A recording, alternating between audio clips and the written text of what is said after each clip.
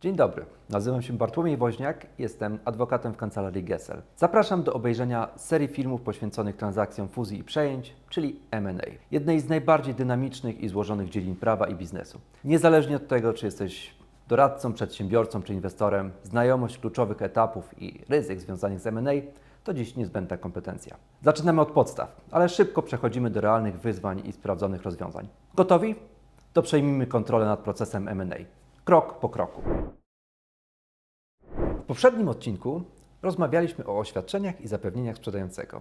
Dziś idziemy o krok dalej i przyglądamy się alokacji ryzyka, czyli jak zabezpieczają się strony umowy, żeby po transakcji nikt nie obudził się z ręką w nocniku. Zostańcie do końca, bo nie tylko wytłumaczę takie pojęcia jak cap, basket czy ujawnienia, ale też powiem, jakie są praktyczne skutki tych zapisów dla obu stron.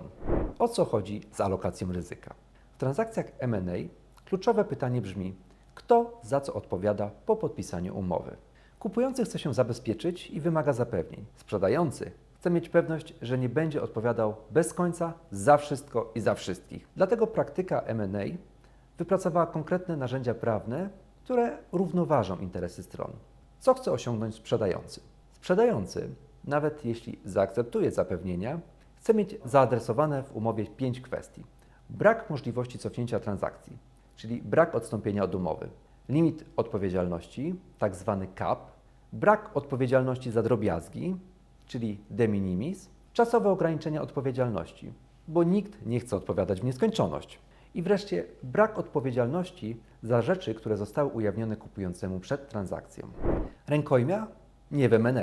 W polskim prawie rękojmia działa przy sprzedaży każdej rzeczy, od auta po nieruchomość. Ale przy sprzedaży udziałów czy akcji rękojmia kompletnie się nie sprawdza. Co mamy zrobić z wadliwymi udziałami? Wymienić? Naprawić? Dlatego w umowach M&A rękojmia jest wyłączana i to już w pierwszym projekcie umowy. To po prostu zdroworozsądkowe rozwiązanie, najlepsze dla obydwu stron. Ograniczenia kwotowe, czyli ile może kosztować naruszenie. Tu wchodzimy w świat capów, de minimis i koszyków, czyli ograniczeń finansowych. Cap – maksymalna kwota odpowiedzialności sprzedającego. Fundamentalne zapewnienia zazwyczaj do 100% ceny. Zapewnienia podatkowe i biznesowe od kilkunastu do kilkudziesięciu procent. De minimis, czyli roszczenia poniżej np. 0,1% ceny nie są w ogóle brane pod uwagę. Basket, czyli dopiero gdy uzbierasz koszyk roszczeń, np. powyżej 0,5% wartości transakcji, możesz formalnie coś zgłosić. Zazwyczaj basket ustalony jest gdzieś w przedziale od 0,5% do 2% ceny. Uwaga! Jeśli w umowie wprowadzimy tipping basket, wówczas po przekroczeniu tego progu można dochodzić wszystkich roszczeń. Jeśli wprowadzamy spilling basket, wówczas odpowiedzialność dotyczy tylko naruszeń powyżej tego progu. I najważniejsze, liczy się kwota, nie procent. 10% od miliarda to więcej niż 50% od 10 milionów. Ograniczenia czasowe. Jak długo można zgłaszać roszczenia? Czas ma znaczenie. W umowach ustala się jasne terminy. Zapewnienia fundamentalne nawet 10 lat. Czasem krócej, ale może to wzbudzić niepokój kupującego. Podatkowe, zgodnie z ustawowym terminem przedawnienia, zwykle około 6 lat. Biznesowe, od roku do 3 lat. Często istotną kwestią jest zatwierdzenie sprawozdania finansowego. Ujawnienia. Temat dla prawników. Zasada jest prosta. Jeśli sprzedający coś ujawnił, nie powinien za to odpowiadać. Ale jak rozumieć, co znaczy ujawnione, należycie ujawnione, publicznie dostępne?